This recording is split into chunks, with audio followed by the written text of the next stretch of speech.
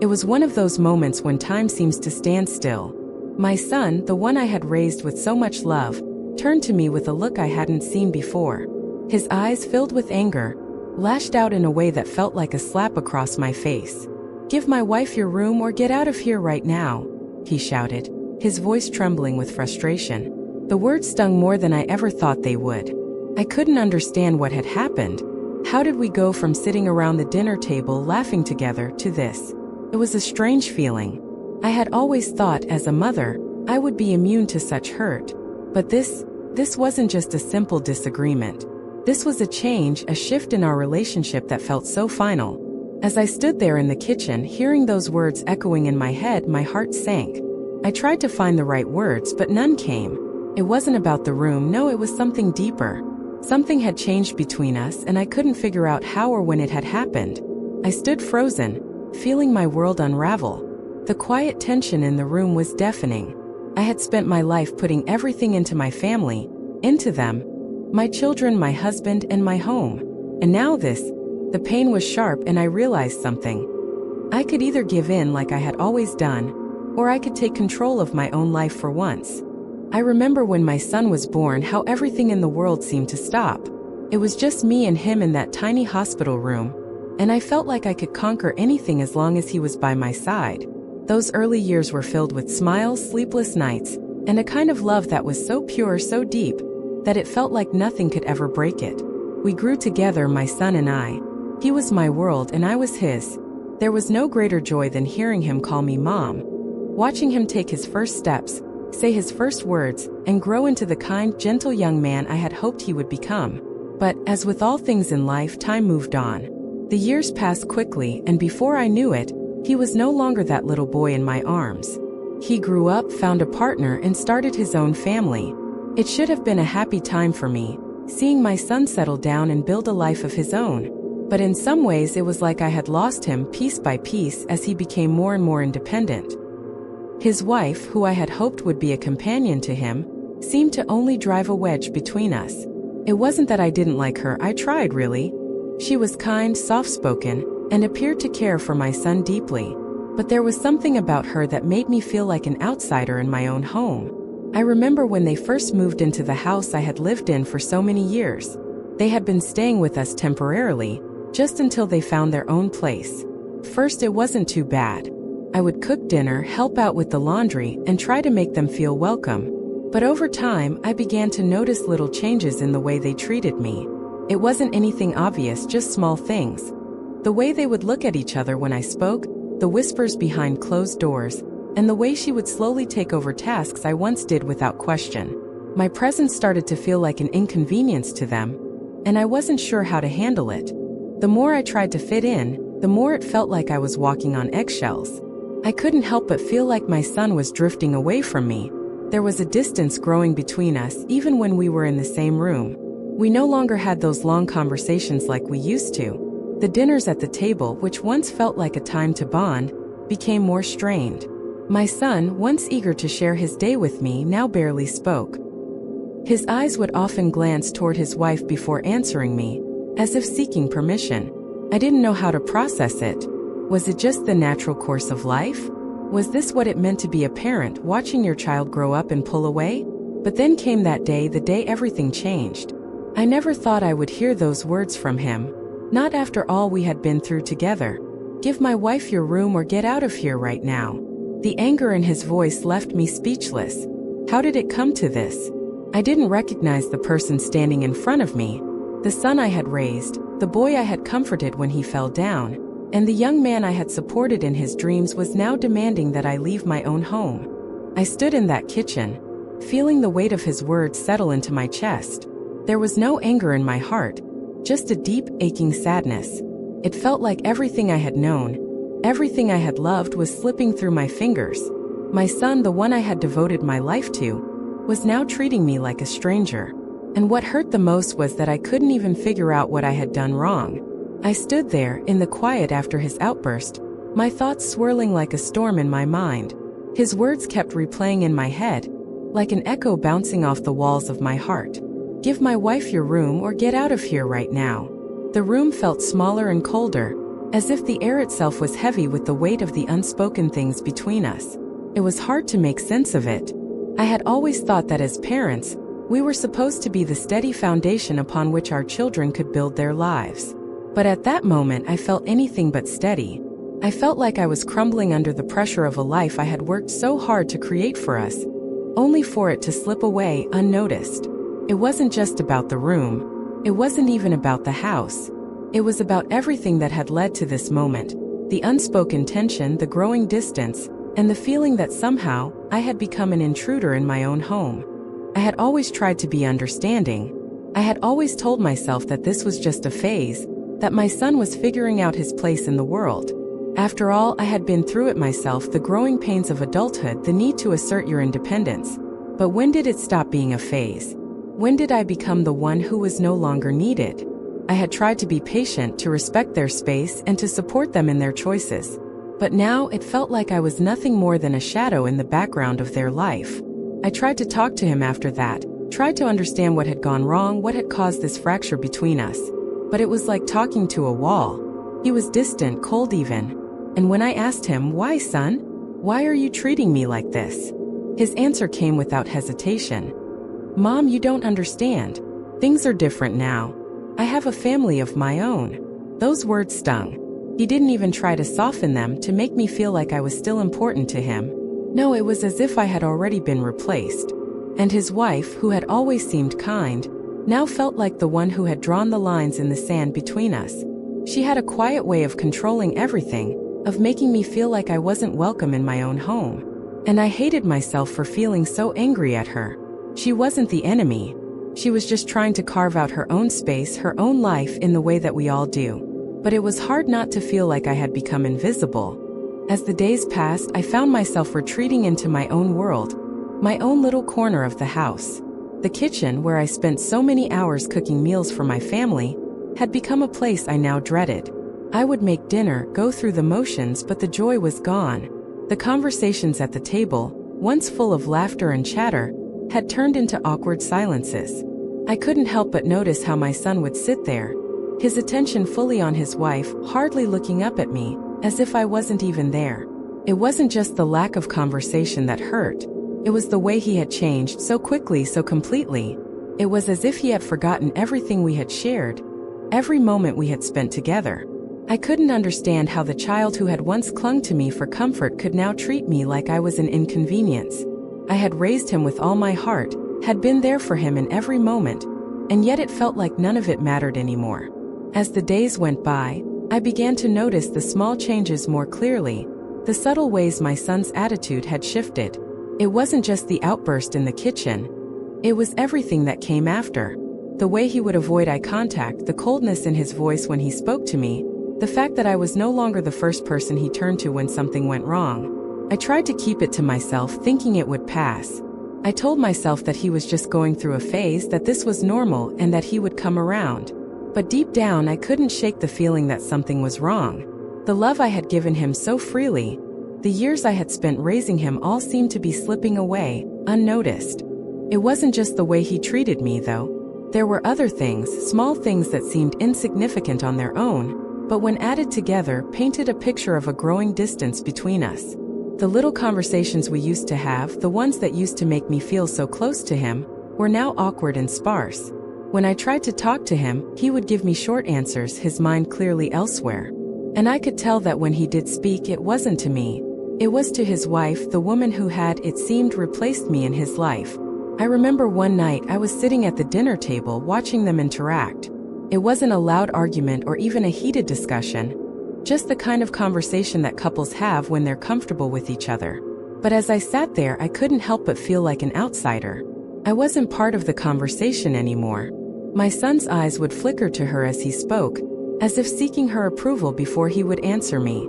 And when I spoke, he would often nod, but his focus would always return to her. It was in those moments that I realized how far we had drifted. The man sitting across from me, the one I had once known so well, was becoming a stranger. And no matter how hard I tried to hold on to the memories, to the bond we once shared, it felt like they were slipping through my fingers like sand in the wind. I began to question myself. Was I asking too much? Was I being unreasonable, expecting my son to treat me the way he once had? Was I holding on to something that no longer existed? But the more I questioned myself, the more I felt like I was losing my place in his life. The tension began to build in small ways. There was the way he no longer asked for my opinion and the way his wife would always make decisions without consulting me, even when it came to matters that affected me directly. It wasn't just about the room anymore. It was about the growing sense that I wasn't wanted, that I didn't belong. And I couldn't help but wonder if this was the beginning of the end, the point where my son would no longer need me. Days turned into weeks, and the tension at home grew thicker with every passing moment. The silence that had settled over the house was deafening. It wasn't just that I was being ignored, it felt like I was being erased. The conversations at the table became fewer, and when they did happen, I found myself barely participating. My son, now so immersed in his own life, hardly looked at me. His focus was always on his wife, and there were times when I could feel her eyes on me, a subtle, almost imperceptible judgment that made me feel smaller, less important. I couldn't ignore it anymore. The way I had become a background character in my own home. I wanted to be part of their lives, to offer guidance, to be the mother I had always been. But it seemed like no matter how hard I tried, I was always just one step too far behind. One evening, I decided to make an effort. I prepared dinner, just like I always did, and called them to the table. I wanted to break the silence, to make things feel normal again, even if only for a few moments. As I watched them sit down, my heart sank. They were in their own world, speaking in quiet tones, exchanging looks, as if I wasn't even there. My son, who used to be so excited to sit and talk with me about his day, now seemed to be counting the seconds until he could leave. He barely touched his food, his mind clearly elsewhere. It wasn't just that. There were the little things too, the way his wife always seemed to have the final say in everything, the way she would take charge of the household decisions and I somehow was left out of the loop. I remember one particular incident when they were planning a family trip. My son asked me in a rushed tone what I thought about the dates they had chosen. It felt like an afterthought, something he felt obligated to ask.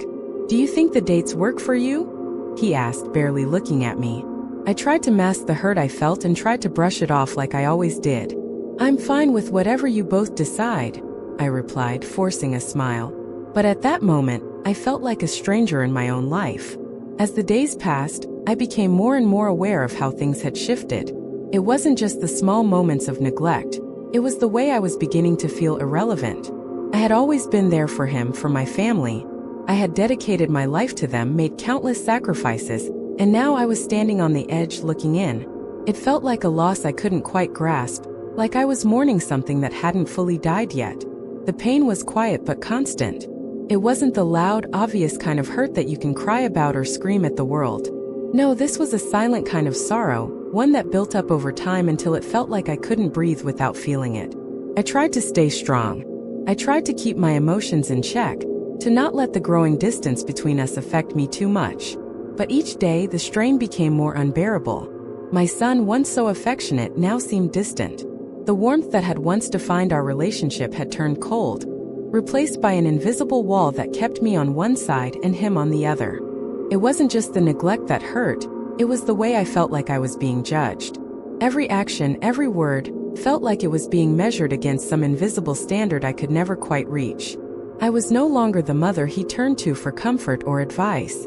Now it seemed like I was just a burden, a presence that had overstayed its welcome. I had tried to be understanding, to give them their space, but it felt like I was fading into the background. The tipping point came one evening, after another silent dinner. I had spent hours preparing a meal, hoping it would bring us together, but it felt like my efforts were wasted.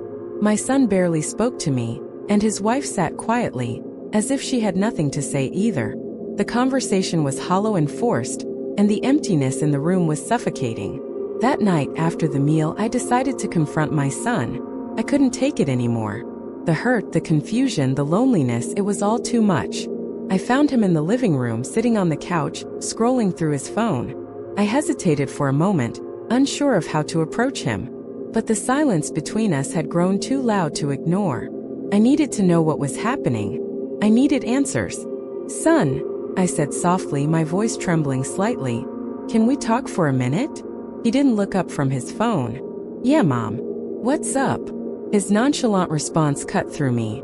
I wanted to scream to demand that he acknowledge me, but I forced myself to stay calm. "I don't understand what's happening. Feels like you're pulling away from me. Like I don't matter anymore." He finally looked up, his face hard and distant. "What are you talking about, Mom? You're just overthinking things." I shook my head. "No, I'm not. I've been trying to make things work, to be here for you. But it feels like I'm invisible. You don't talk to me the way you used to. You don't need me the way you once did." There was a long pause, a moment where it seemed like he might say something. But then he sighed and turned his attention back to his phone. "Mom, I told you things are different now. I have a wife. I have responsibilities. I can't be the same person I was." The words hit me harder than I expected. "So that's it? I'm just supposed to fade away?" His gaze finally softened, but only for a moment. "You're not fading away, Mom. You're just not a priority anymore." The weight of his words crushed me. "Not a priority?" I whispered, more to myself than to him. He didn't respond, and I stood there, unable to find my voice. What could I say to that? How could I make him understand that all I wanted was to be part of his life, to still be his mother, the one he could turn to for comfort, for guidance? But instead it felt like I was being pushed aside, like I no longer had a place in the world I had built for us. I turned and walked away, my heart heavy with a mixture of sadness and disbelief. I had tried so hard to be understanding, to give him space, to let him find his own way. But in doing so, I had lost myself. I had become a shadow, a memory of the mother he once needed, and I wasn't sure how to get her back. The days that followed were even harder than I could have imagined. I woke up each morning with a heavy heart, dreading the inevitable silence that would fill our home. My son's words echoed in my mind, replaying over and over again. "You're just not a priority anymore." I couldn't escape them, couldn't let them go. What had happened to the son who once needed me? What had happened to the days when he would confide in me? When we would laugh together, share stories, and support each other through life's ups and downs? It felt like everything had slipped through my fingers without warning. And what hurt the most was the realization that my son had changed, but I hadn't. I was still the same mother I had always been, still the same person who loved him unconditionally. But somehow that wasn't enough anymore. The love I had given him and the sacrifices I had made seemed to have disappeared from his memory. I began to question everything. Had I been too overbearing? Had I clung too tightly to the idea of him needing me? Maybe I had pushed him away without realizing it. But then I couldn't help but wonder, had he changed because of her, his wife? Had she somehow taken him away from me, turning him into someone I didn't recognize? I wasn't sure. But there was a nagging feeling in my chest that made me believe that whatever had happened, it was something that I couldn't undo. It was during this time that I began to notice something else. It wasn't just the silence between us. It was the way his wife seemed to be taking over every aspect of their lives, even the small things that used to be mine. She had taken charge of the kitchen, rearranged the furniture in the living room, and even changed the way we celebrated holidays. Everything had shifted.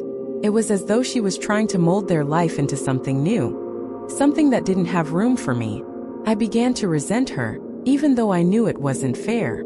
She was just trying to build a life with my son, just like I had done with my husband when we were young.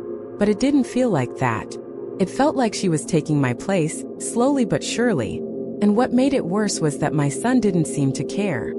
He didn't notice the way I was being pushed aside, didn't see the quiet pain in my eyes every time he ignored me for her. I tried to confront him again and tried to speak my mind, but every time I did, it felt like I was talking to a stranger. He would nod, tell me that he understood, but I could see the indifference in his eyes. The love we once shared felt like it was fading, disappearing like a dream that you try to remember but can't quite grasp. One evening, I sat in the living room, watching them both as they talked quietly, laughing at something I couldn't hear. I felt a pang of loneliness that cut deep into my chest. I wanted to join in, to be part of their world, but it felt like an impossible dream. I sat there watching the way they interacted, the way he looked at her with a tenderness that once belonged to me. And for the first time in a long time, I couldn't hold back the tears. But I wasn't ready to give up yet. I couldn't be.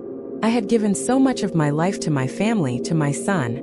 I wasn't ready to let go of him, not without a fight. The more I observed them, the more the pain in my chest grew. It wasn't just the isolation I felt. It was the quiet betrayal that seemed to hang in the air. Every smile they shared, every inside joke, felt like a reminder that I no longer had a place in his life. He had his own family now, his own world, and I was no longer a part of it. It was as if the son I had known was slowly disappearing, replaced by someone I didn't recognize. And it wasn't just about the room. It was everything. Every look, every word, and every gesture felt like a silent confirmation that I was no longer important to him. His wife, though quiet and composed, had somehow become the center of his world, and I, the mother who had raised him, was pushed further and further into the shadows. One evening after another quiet dinner, I found myself alone in the kitchen, cleaning up the dishes. I could hear their voices in the next room, but I couldn't bring myself to join them. I felt like I was no longer part of their world, no longer part of the family. I had always been the one to keep things together, the one who made sure everyone was fed, that everything was in its place. But now it felt like I was invisible. I wasn't needed anymore. The thought made my heart ache, but I couldn't ignore it. I wasn't blind. I had seen the way they looked at each other, the way they shared moments that no longer included me, and I had to face the truth. My son was no longer the person he used to be, and that hurt more than I could ever explain. That night, as I sat in my room, I realized something. I couldn't keep going on like this. I couldn't keep pretending that everything was fine, that I could just smile through the pain and carry on. I had tried for so long to make things work, to hold on to the relationship we once had, but it felt like I was fighting a battle I couldn't win. I had always been strong and had always prided myself on my ability to endure. But this was different. This wasn't something I could just bear. This was the loss of my son, the loss of the relationship that had once meant everything to me. And the more I thought about it, the more I realized that I couldn't just sit back and watch as it all slipped away. The next day, I decided to do something I never thought I would have to do. I packed my things. I wasn't leaving forever, but I needed space to think and to heal. I needed time to figure out what my next step would be. I couldn't keep living in a home where I felt unwanted, unnoticed, and unimportant.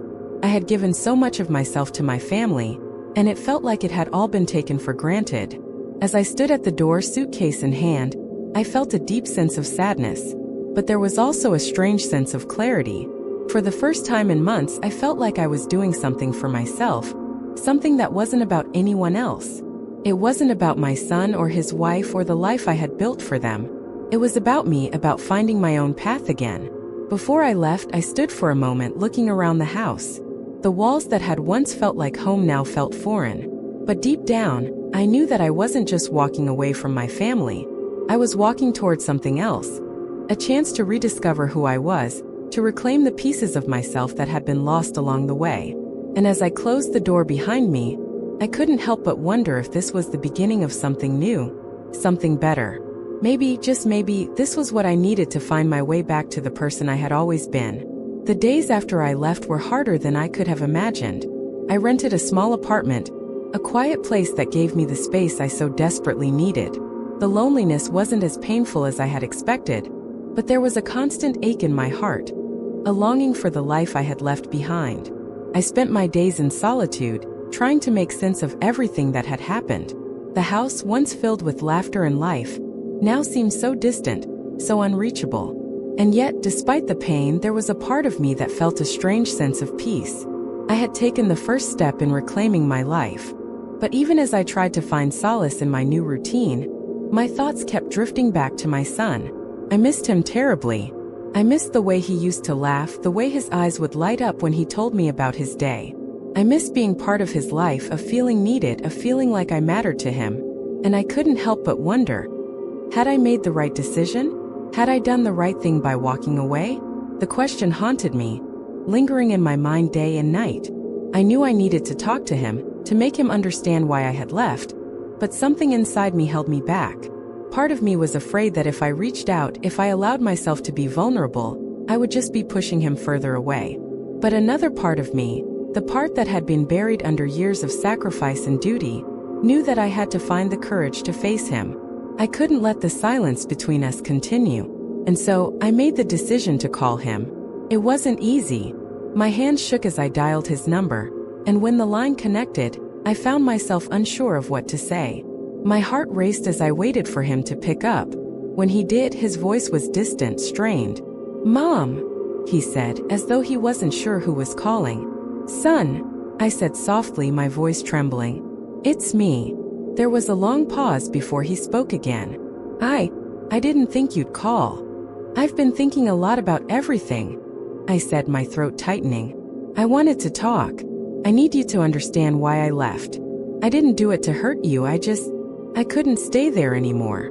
He didn't say anything for a moment, and I could almost hear the conflict in his silence. I could feel the walls between us, but at least there was an opening, a crack in the distance. I didn't know if he would hear me, but I had to try. The silence on the other end of the line stretched on longer than I was comfortable with. My heart pounded in my chest, my words hanging in the air, waiting to be heard. I couldn't tell if he was just processing what I had said, or if he was unsure of how to respond. But the silence was worse than anything I could have imagined. It felt like the distance between us was growing, not shrinking, despite the fact that I was reaching out. Finally, after what felt like an eternity, he spoke. His voice was softer now, though still distant. "I don't know, Mom. Things are just different now. I've got my own life, and I can't keep juggling everything." The words stung, but I knew they were true. I had always known that he would eventually have his own life, that he would need to forge his own path. But hearing him say it, hearing him admit that he was moving on without me, made the reality of it all so much harder to bear. "I get it, son," I said, my voice quieter now, tinged with sadness. I never expected it to be like this. I didn't expect to be cast aside like I was nothing." There was another pause, and this time, I could hear the guilt in his voice when he spoke. "It's not like that, Mom. You're not nothing. It's just, I don't know how to balance everything anymore." I could hear the struggle in his voice, the conflict that I had always known he carried. Being a son, a husband, and now in his eyes a father too, it was a lot for anyone to juggle. But somewhere along the way, in the whirlwind of his new responsibilities, I had been forgotten. I had become the one who wasn't needed anymore. "I know, I understand," I said, my throat tightening as I fought to keep my emotions in check. "But I don't want to be just a memory, son. I don't want to be the one you forget. I want to be part of your life, to be there when you need me, just like I always have." He was quiet again, and this time when he spoke, there was a tremor in his voice. "I don't want to lose you, Mom, but I don't know how to fix this." The words hit me harder than I expected. For the first time, I could hear the truth in his voice. He was as lost as I was, as confused and heartbroken by the way things had turned out. I had blamed him for everything, blamed his wife, and blamed the situation. But in that moment, I realized something. We were both just lost, trying to navigate a world that had changed too quickly. "I don't know how to fix it either," I said, my voice softening. "But we can try, can't we? We can try to find our way back to each other." There was a long silence after that, and for a moment I thought he might hang up. But then slowly he spoke again. "I want to try, Mom. I really do." For the first time in weeks, I felt a glimmer of hope. It wasn't a solution, not yet. But it was a start. A small, fragile start that could lead us somewhere better. I didn't know where that place would be, or what would come of it, but at least we were talking. And for now, that was enough. The days following that phone call felt different. There was a shift in the air, an unspoken understanding between us that we hadn't had in a long time. It wasn't an immediate fix, nothing could be, but it was a beginning. My son and I started to talk more. Not just about the hurt and the distance between us, but about everything. It wasn't the same as it had been before, not yet, but it felt like we were both willing to try. I returned to the house a few days later. The decision to go back wasn't an easy one, but I knew it was necessary. I had spent so many days away, allowing myself to heal and reflect on the changes in our relationship. But as much as I needed space, I also knew that I couldn't continue to let the gap between us widen. I had to confront the truth and face the reality of what had happened. The quiet tension in the house was palpable, but I was determined to make things right. When I arrived, the first thing I noticed was how different everything seemed. The house, which had once felt like the heart of my life, now felt foreign. There were new things everywhere, subtle changes that told me my son and his wife had been busy reshaping everything. The living room, where we had once spent hours together, was now arranged in a way that seemed to push me out of the picture. The furniture, the colors, the little details, they all spoke of a life that didn't include me. But instead of feeling anger or resentment, I felt an overwhelming sadness. My son had created a world without me, and it wasn't his fault. It wasn't even his wife's fault. It was just how things had evolved. I walked into the kitchen, where I knew my son would be, as if it were still my place to do so. I had always loved the kitchen. It was where I felt closest to the heart of our home. But when I opened the door, I found him and his wife sitting at the table, talking softly, their heads bent toward one another. It was a simple, quiet moment, but it felt so distant, so separate from the life we had once shared. I stood there, not knowing whether to interrupt, to say something, or to just leave them be. But I couldn't ignore the feeling in my chest. My son looked up first, his eyes widening when he saw me standing in the doorway. "Mom!" His voice was softer than I expected, but there was still hesitation, a guardedness that I couldn't ignore. He stood up slowly, as if unsure of what to do next. "I wanted to talk," I said, my voice steady despite the flutter of nerves in my stomach. "About everything.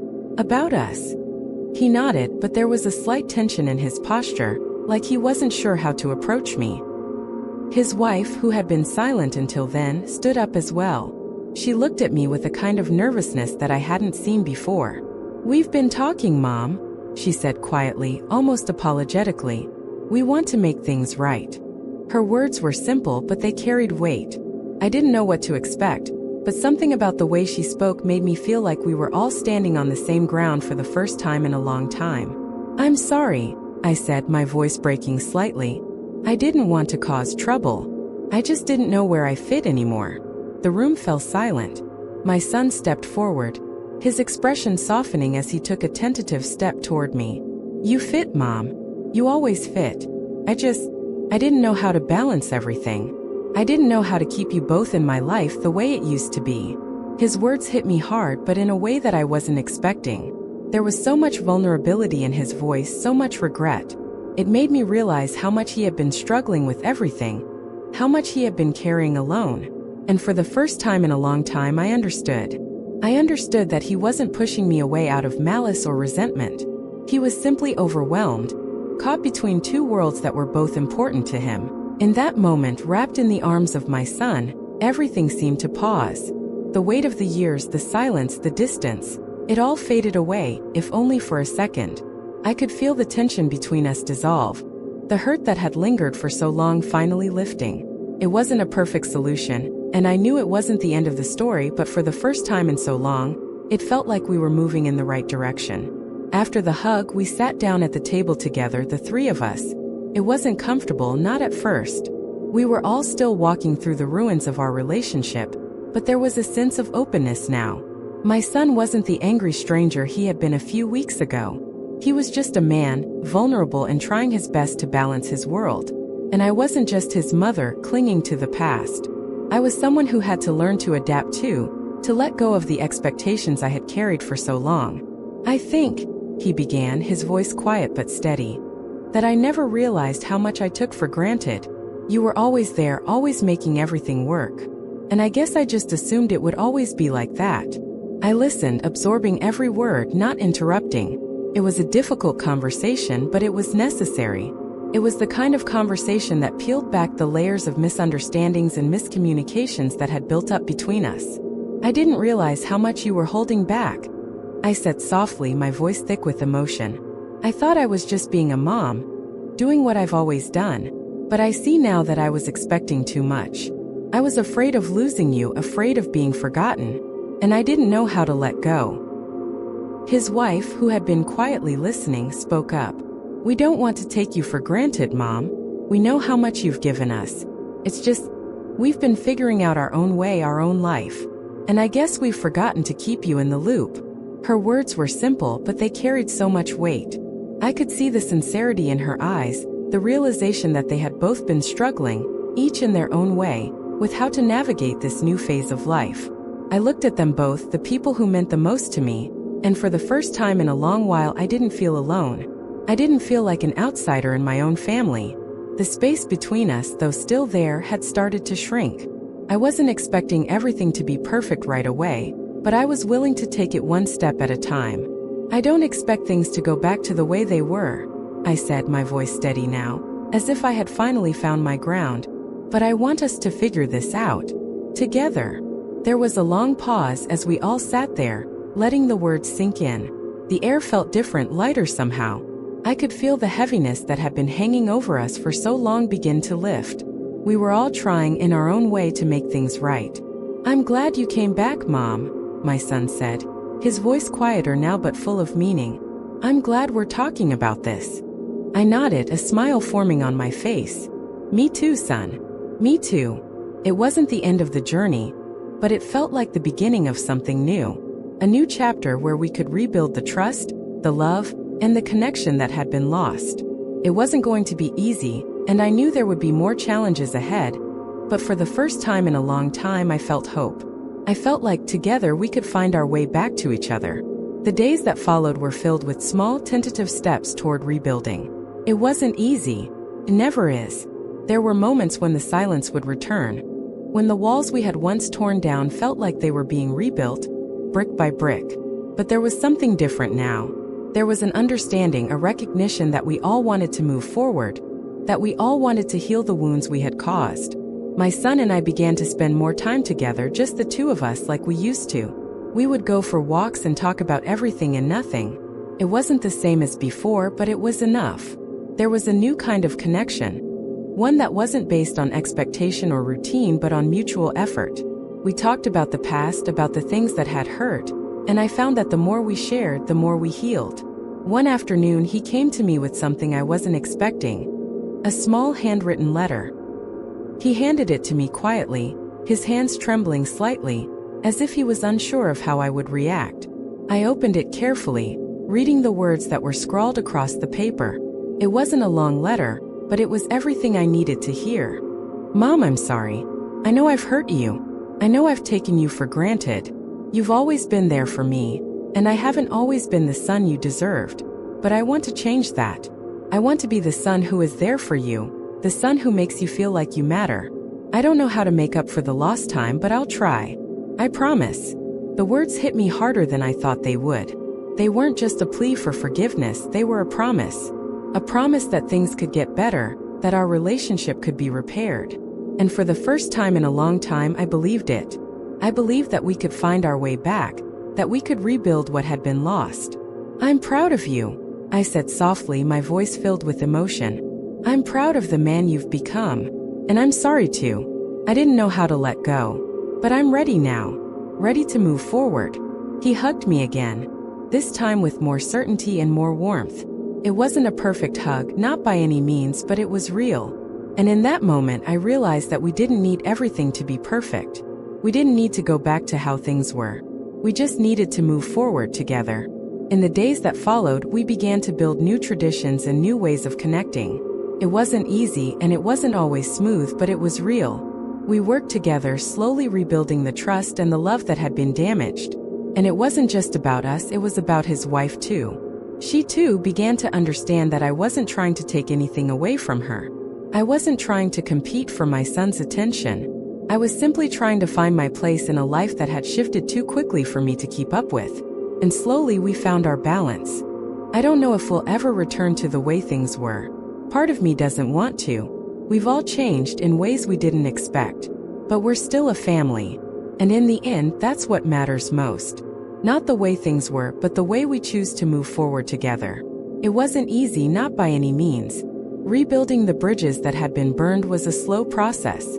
Every conversation, every gesture, every small act of kindness felt like a step toward healing. But there were still moments when the weight of the past would catch up with us. We had to confront the silence, the misunderstandings, and the resentment that had built up over time.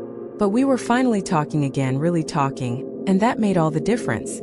In the weeks that followed, I found myself settling back into the rhythm of life at home, but this time with a new perspective. It wasn't about reclaiming what we had lost or trying to return to some version of the past. It was about finding a way forward together. We started to have dinner together again, and though it was still awkward at times, there was something different about it. There were fewer silences and fewer strained moments. There was laughter, even if it was hesitant at first. We were learning how to be a family again, how to share our lives without the weight of old wounds dragging us down. My son and I spent more time together, not just in the big moments but in the small ones too. We would sit in the living room watching a movie, or go for walks around the neighborhood, talking about the things that mattered to us. He began to share more with me, not just about his life but about his struggles too. I could see the man he was becoming, and it made me proud. I had been so focused on the hurt, on the way things had changed, that I hadn't allowed myself to appreciate the person he had grown into. And then there were the quiet moments when we didn't speak at all, but the silence wasn't uncomfortable anymore. It wasn't the silence of two people who had drifted apart. It was the kind of silence that comes from understanding, from knowing that even without words we were there for each other. That was the beginning of the healing. The understanding that it wasn't about fixing the past, but about accepting it and moving forward. I began to let go of the guilt I had carried for so long, the guilt of feeling like I had failed as a mother, of feeling like I had been abandoned. I had been so caught up in my own hurt that I hadn't realized how much my son had been struggling too. He had his own battles, his own fears, his own challenges. I had always been there for him, but in the process I had neglected to see that he too was trying to figure out how to balance everything. One evening after dinner we sat together in the living room, and for the first time in a long time, it felt like we were truly together. No more misunderstandings, no more hurt. Just the three of us learning how to be a family again, to share our lives without the weight of resentment. It wasn't perfect, but it was enough. The healing wasn't linear. There were moments when the past would resurface, when the tension between us would creep back in, just when I thought we had moved beyond it. But instead of shying away from those moments, we began to face them together. We didn't pretend that everything was fine when it wasn't. If something felt off, we talked about it. If there was a moment of silence, we didn't fill it with awkward words. We let it be, knowing that it was part of the process. It was in those quiet moments that we truly understood each other. There were still misunderstandings and still small fights, but they weren't the explosive ones we had experienced before. They were small, manageable, and often followed by apologies and honest conversations. We were learning how to communicate better, how to listen, and how to give each other space when needed. It wasn't always easy, but I could see the changes. My son was becoming more thoughtful, more aware of the way his actions affected others. His wife, too, began to realize that she wasn't just sharing a life with him. She was sharing it with me as well. There was a delicate balance to be found, but slowly, they were both finding their way toward it. There were moments of reflection, too, when I would look at my son and think about how far we had come. The boy I had raised, the one who had once needed me in every way, was now standing beside me as an adult, facing the challenges of life on his own. It was a bittersweet realization. On one hand, I was proud of the man he had become, but on the other, I had to let go of the idea that he would always need me the way he once did. It was a difficult transition, but one I had to make if I wanted to keep our relationship intact. I started to focus more on myself, on my own healing. For so long I had put everything into my family, into my role as a mother, that I had forgotten who I was outside of that. I began to do things that made me happy, things that were just for me. I picked up old hobbies, spent more time with friends, and allowed myself to enjoy the little things in life without feeling guilty for taking time away from them. It was a new kind of freedom, one that came from accepting my role in the family but also knowing that I didn't have to be defined by it. The time I spent away from the house had given me a new perspective on things. I realized that I had been holding on too tightly to the past, to the idea of what our family had been.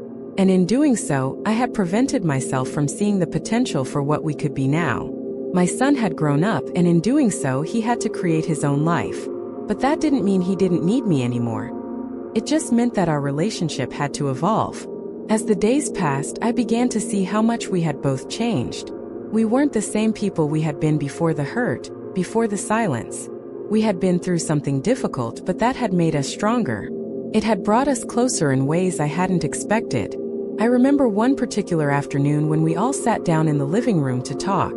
It wasn't a scheduled conversation or a formal meeting of sorts, but rather a simple moment that we had come to take for granted over the years. The room was quiet, the kind of silence that was no longer heavy but comforting. My son and his wife were sitting together, and I was across from them, just taking in the peace that had settled around us. It felt like a shift, not just in our circumstances but in our hearts. There was an ease now, a natural flow to our conversations that hadn't been there before. I had stopped looking for old patterns and expectations, and instead, I had started to embrace the new dynamic we were creating together. It was different from what I had imagined, but in many ways it felt better. "I think we've all been through a lot," my son said, breaking the silence. His voice was softer, not as guarded as it used to be. "And I know I wasn't always easy to deal with, especially when you needed me the most." His words hit me harder than I expected, not because of the apology itself, but because it came from a place of genuine self-awareness. For so long I had waited for this moment, for him to realize the weight of what had happened. But I had never expected it to come so quietly, so calmly. I had always imagined it would be a grand gesture, an emotional outburst, or even an argument. But here he was, speaking from the heart, owning his part in our struggle. "I know I wasn't there when you needed me," he continued. "And I know I took you for granted, but I want to make it right. I want you to be part of my life, not just as my mother, but as someone who matters to me, who I can turn to when things get tough." The sincerity in his voice was overwhelming. And in that moment, I realized that I had been holding on to the idea of what our relationship was supposed to be, rather than accepting what it had become. It wasn't about returning to the past. It was about finding a new way forward together. I could see how much effort he was putting into this, and for the first time in a long time, I felt the weight of the distance between us begin to fade. "I've been hard on you too," I said, my voice gentle but firm. "I've expected things from you that I shouldn't have. I wanted you to need me the way you used to, but I have to accept that you're your own person now. You have your own family, your own life. And I can't hold on to the past and expect things to stay the same." His wife, who had been quietly listening, reached out and placed a hand on my arm. "We want to move forward too," she said. "It's not just about the three of us. It's about all of us finding our place in this new chapter. I know it hasn't been easy, but we're here together." Her words were simple, but they carried so much weight. She wasn't just offering an apology. She was offering a sense of inclusion, of belonging. For so long I had felt like an outsider in their life, but now I felt like I was being invited back in, not as an obligation, but as a part of their family that was truly wanted. I took a deep breath, feeling a sense of relief wash over me. "Thank you," I said softly. "I want to move forward too. I don't expect things to go back to the way they were, but I'm ready to build something new with both of you. I want to be part of your lives, in whatever way that looks like." It wasn't an easy thing to say, nor was it an easy thing to accept, but for the first time I felt a sense of peace. We weren't perfect and we would never go back to the way things were. But we were moving forward, and that was enough. We were learning how to let go of the past, while still honoring the love and connection that had always been there. The rest of the evening passed by in quiet conversation. There were no more awkward silences or unspoken resentments. We spoke openly, honestly, and with a level of care that had been missing for far too long. It wasn't perfect, but it was real. And for the first time in months, I felt like my family was whole again. As the weeks continued to pass, I started to notice a gradual change in our everyday life. The awkwardness that had once suffocated every conversation began to lift, replaced by genuine moments of connection. It wasn't sudden, and it certainly wasn't without effort, but it felt like we were finally finding our way back to each other in a new and more mature way. There were still challenges, of course. The three of us had been through a lot, and it wasn't easy to forget the pain of the past. But we were no longer trying to outrun it. We had all faced it, each in our own way, and now we were learning to coexist with it. My son and I spent more time together, but it wasn't forced. We would share a cup of coffee in the mornings, or sometimes we would go for walks, talking about everything from his childhood memories to the future he envisioned.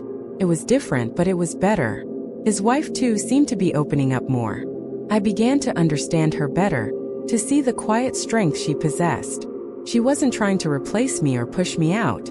Instead, she was trying to find her place alongside me, just as I was trying to find mine in their lives.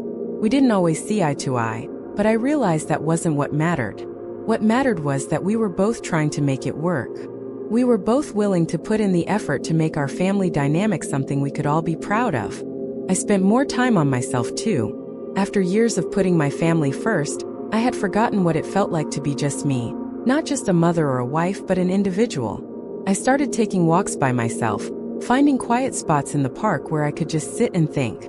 I reconnected with old friends, people I had drifted away from over the years, and found joy in simple activities that I had once enjoyed.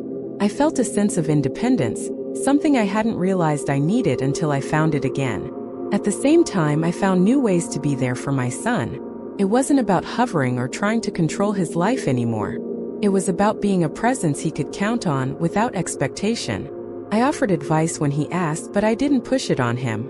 I learned to listen more than I spoke, to let him find his own way, knowing that I would always be there to support him. It wasn't easy. There were days when the past would resurface, when old wounds would feel raw and tender. But we faced those days together, with more patience and understanding than before. And each time we did, I felt a little more of the weight lift from my shoulders. We weren't perfect, and our relationship wasn't perfect, but it was real. We were creating something new, something that would take time to build, but something worth every bit of effort. One evening, after a quiet dinner, I looked around at my son and his wife, sitting together, laughing softly at something silly. For the first time in a long time, I felt at peace. The fear of being forgotten, of being left behind, had faded. We were no longer stuck in the past. We were moving forward together, and that was enough. It was more than enough. As the months passed, I saw more and more how far we had come. The house, once filled with tension, now felt like a place where we could all breathe again. There were no more heavy silences, no more wondering if we would ever be able to find our way back to each other. It wasn't perfect, but it was real, and that was more than I could have hoped for. I noticed the small changes, the way my son would ask for my opinion on things again, the way he would seek my advice without hesitation.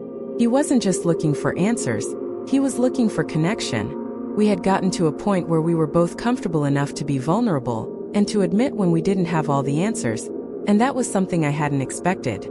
I had thought that once I lost that closeness with him, it would be gone forever, but instead we were finding a new kind of closeness, one built on mutual respect and understanding, not dependency. His wife, too, had become more comfortable with me. We didn't have to be best friends, but we had found a rhythm. We spent time together, not out of obligation, but out of a shared understanding that we were both important in my son's life.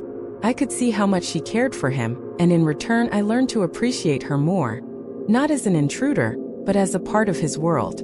There were still moments when I felt like an outsider, but they were fewer and farther between, and we were learning how to navigate them. I spent more time with them, not in an overbearing way, but in a way that felt natural. We would go out together, go on trips, or even just share quiet evenings at home. It was the kind of togetherness I had longed for, the kind I had almost given up on. We didn't need to be the same as we were before. We didn't need to erase the past. We just needed to find a way to move forward, and in that we had succeeded. As I watched my son with his wife, I saw a different kind of love, the kind that comes from shared experiences, from the bond that forms between two people who truly understand each other.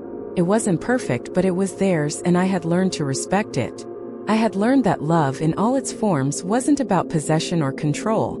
It was about giving space, about allowing people to grow and evolve, while still holding on to the deep connection that had once brought us together. One evening, as we sat around the table, sharing a simple meal, I looked at my son and his wife and felt a deep sense of peace. The road to this moment hadn't been easy. There had been pain, there had been misunderstandings, but there had also been growth, and with that growth came a new sense of understanding. I no longer felt like I was losing my place in their lives. I had found a new role, one that was shaped not by old expectations, but by a new kind of love and respect. I had always thought that family meant being the center of each other's worlds, that love was about needing each other in every moment. But as I sat there, I realized that family, true family, is about more than just being together. It's about allowing each other the freedom to grow, to change, and to find our own place in the world. It's about understanding that love doesn't have to be confined to one way of being. It can evolve, it can shift, and it can still be just as strong. And so as I sat there, watching my son laugh with his wife, I knew that we had made it through the storm. We had found our way back to each other, not by looking back, but by learning to look forward together. It wasn't a fairy tale and it wasn't perfect, but it was ours. And that, in the end, was all that mattered. In the end, what I had feared most, being forgotten, cast aside, didn't happen. Not in the way I had imagined. It wasn't the big, dramatic ending I had envisioned, with harsh words and broken hearts. Instead, it was a quiet, slow realization that love, even when it seems lost, never truly fades. It just shifts and changes form. And if you're lucky, you find a way to adapt to that change without losing what truly matters. Our journey had been a painful one, but it was also one of growth. I had spent so much time clinging to the idea of what family should be, of what my relationship with my son should look like, that I had overlooked the possibility that love could grow in unexpected ways. The years of closeness we once shared had transformed, but that didn't mean it was gone. It just meant that I had to learn to see it differently, to accept that his love for me, and mine for him, wasn't bound by old expectations. I had learned that family isn't about maintaining the same dynamic forever. It's about understanding that love can evolve, that relationships can shift, and still at their core be just as strong. I had to let go of the past, not because it wasn't valuable, but because clinging to it was only holding me back. What truly mattered in the end was the willingness to meet each other halfway, to be open to change and growth, even when it was uncomfortable. My son and I had been through a lot, but we had found a way to reconnect. Not by trying to fix the past, but by embracing the present and the future we could build together. There were still challenges ahead, of course. We would never be the same people we had been before, the tension, the silence. But that didn't mean we couldn't find new ways to love, to be there for each other. It wasn't just about my son and me. It was about understanding that relationships, even the most important ones, are fragile. They require work, understanding, and a willingness to let go of old expectations. I had learned to let go of the idea that love had to look a certain way. It wasn't about being needed all the time, but about knowing that no matter what, we were there for each other. In the end, that was enough. I had come to realize that in the quiet moments, in the small gestures, love was still there. It wasn't loud or demanding, didn't need to be. It was enough to know that my son, my family, and I had found our way back to each other. Not perfectly, but with more understanding, more empathy, and more acceptance than I had ever imagined. Have you ever faced a challenge in your relationships that made you question everything you thought you knew about love? This story is a reminder that no matter how far apart we may drift, there's always a chance to reconnect, to heal, and to grow together. If you've been through something similar or know someone who has, share this story and inspire them to take the first step toward understanding and reconciliation. Don't let silence and misunderstanding define your family. Reach out, have those difficult conversations, and remember, love, even in its quietest forms, can still bring you back together. If you enjoyed this tale, like, comment, and subscribe for more real-life stories that touch the heart. And if you've had your own journey of healing and reconnecting, we'd love to hear from you. Share your thoughts below and let's continue this conversation together.